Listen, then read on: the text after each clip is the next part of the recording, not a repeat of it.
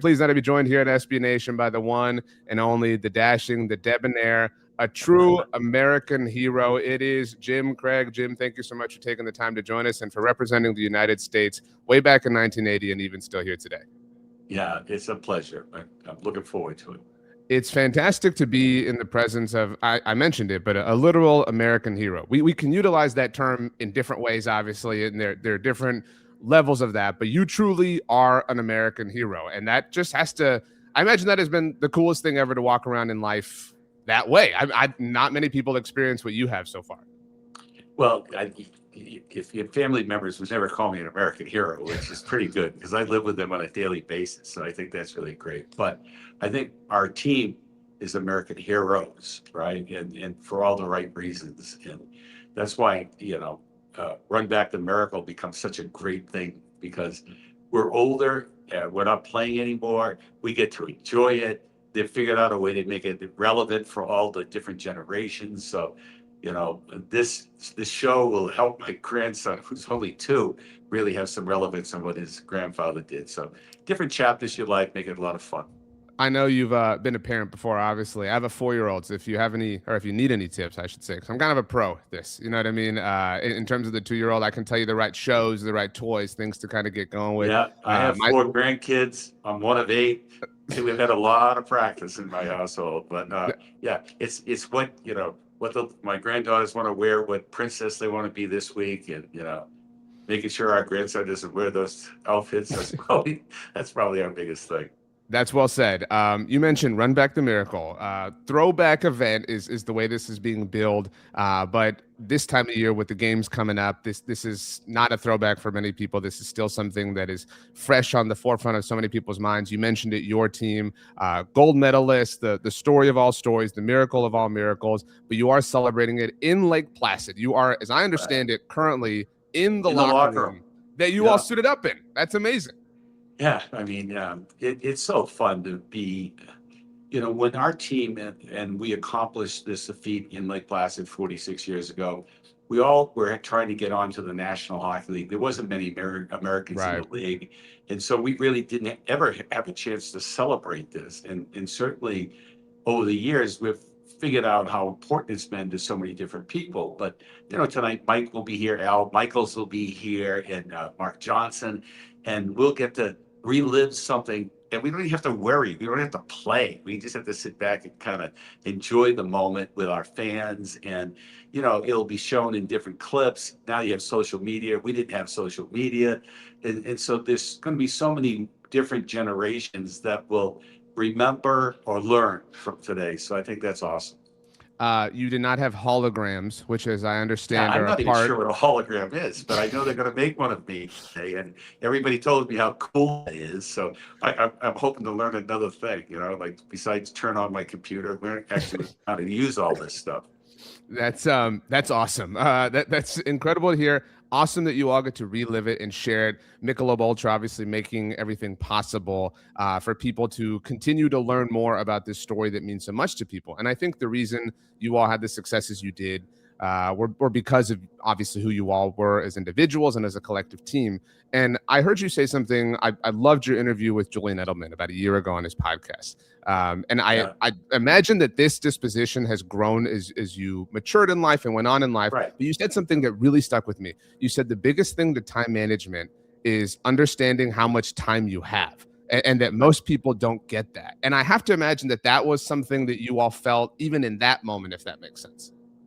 Yeah, I think what people do is that if we all knew how much time we had in this life, we'd live it a little differently, right? Because we know how to manage it. And it's really about not confusing being busy with being productive. And when we looked at the challenges and people look at how Herb Brooks coached us, I mean, take a look at the challenge. He had to get a group of young amateur hockey players prepared to be the greatest hockey team in 6 months.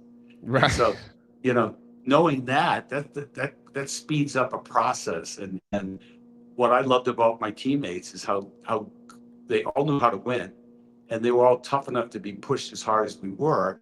But that's the only way we would win, by being pushed that hard. Yeah, and I mean, you mentioned it that you all just had dreams of getting to professional hockey, however that was, and that this was looked at as a step in that process. And I've also heard you mention many times how the goal from a U.S. hockey standpoint wasn't to win. It was just to be competitive. And I do think that that changes the calculus of how people perceive it in the moment, the players on the team like you all, from the perspective of, okay, no one here is adjusting or allotting for our given time, however you define that resource to be, but you all defined it on your own terms, which is why you were able to do what you did. So, you know what I love? Not too many people have been able to take what I was saying and really break it down like you did. And so when you look at that, I think one of the biggest reasons our team was successful is we had bigger goals. Right. And so sometimes people think when they get somewhere, they're done. And when we were at the Olympics, we were just starting, and winning was a big part of getting us to where we wanted to go. So as much as I talk about time management, I always tell people you are what your goals are. And in life, it's a ladder. Life doesn't get easier. You have to get stronger, and Right. and the mentality of my teammates and our coaching staff was that of preparing to win. And all of us in that team know how to win. And, you can look at great sports teams and companies. They have to learn how to win before they become really great teams. And that's why there's so few dynasties out here, because Right. winning's really difficult. It's impossible, right? And it's impossible to do it once, to your point, and then to do it again. And I love that. I love how you have to, my kind of takeaway from all that is you have to stay, I don't mean it in a negative way, but you have to stay naive. You have to stay naive in your willingness You to know what? dream. The word I like is curious, right? That's wonderful. You Yeah. have to be curious, and you have to get out of your own way sometimes. And then if you want to be a great leader, you just look around at great leaders. It doesn't have to be in your industry. As a matter of fact, it sometimes it limits you. So I really think if you're really curious, like I'm learning on Run Back to Miracle and all kinds of production stuff that will help my business and things that I do. Right. And so you ask questions, you just be curious, and your ultimate goal is to keep learning, right? And Yeah. keep improving and making yourself more relevant. That's great advice for all facets of life, even if you're trying to take down the Soviets in like the most Yeah. difficult hockey game of all time.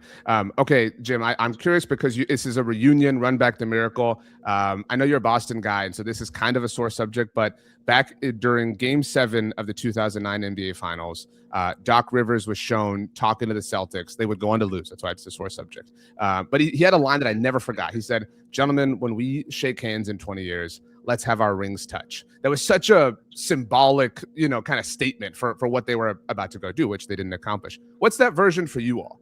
I mean, it's not like your medals touch, like what's that version of, when you see somebody else who you were teammates with, what is that kind of unspoken handshake, so to speak, that you all have that connects you to one another? Well, I think the biggest thing you have to understand is how hard it is to win, Right. and that it's not a personal sacrifice you make. People have done that for you to get you there. Mm. It's this opportunity. And one of the things I pride myself on is taking advantage of opportunities. And so if you're in the finals, you might never be in there again. And so you have to be organized, you have to prepare it, and you have to execute. And if you don't, I have a saying, um, I think people have to understand that you have to make the most of that opportunity because it might never happen again. Yeah. I mean, you never know when the peak is. And so you have to treat every moment as if it is the peak so that to your point, you get the most out of it. And then you can turn that into different peaks or whatever the case may be. Last one for you, Jim. But this has just been so cool. You're such a fascinating person and you were a part of such a special thing. What is your favorite part about this? Because we've seen teams win different things and different championships. Yeah. You all are Well, very special. I'm going to surprise you, right? 38 years ago to the day today, my dad passed away, right? So I think it's serendipitous that I'm here today with the greatest moment that he and I shared together. So I look at this thing like, oh my God, I benefited from this in so many different ways. So the win at Lake Placid was a win for my family, my community, my friends, my coaches.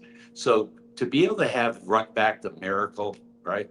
And be able to have different generations learn from this experience, this piece of history, that's what's special to me. So, what we accomplished is over, but this story and how it affects people, it isn't going to end. And we're just lucky that the folks from Anheuser-Busch have brought this back for us, because I never had a chance to sit with all my teammates, but today I'll be able to sit with not only some of my teammates, but with Al Michaels and Yeah. relive a moment in time. I mean, he's the greatest caller in history, right? You look at Ken Dryden, who no longer is with us. I mean, his insight, if you're a hockey fan and you were able to listen to his insights and Al's ability to, create a moment in time, it's special. So now we get to share it with a different generation. And for me, that's my grandchildren. So it's really important. That's wonderful. Well, Jim, take all of the pictures, soak up every single bit of Yeah, it, enjoy it. You live life the right way, and I think that you're a great ambassador for hockey, for the United States, and for human beings at large. But it was so cool to speak to you in this exact room. So basically, Herb Brooks and I, same person in that respect, if you think about it that way.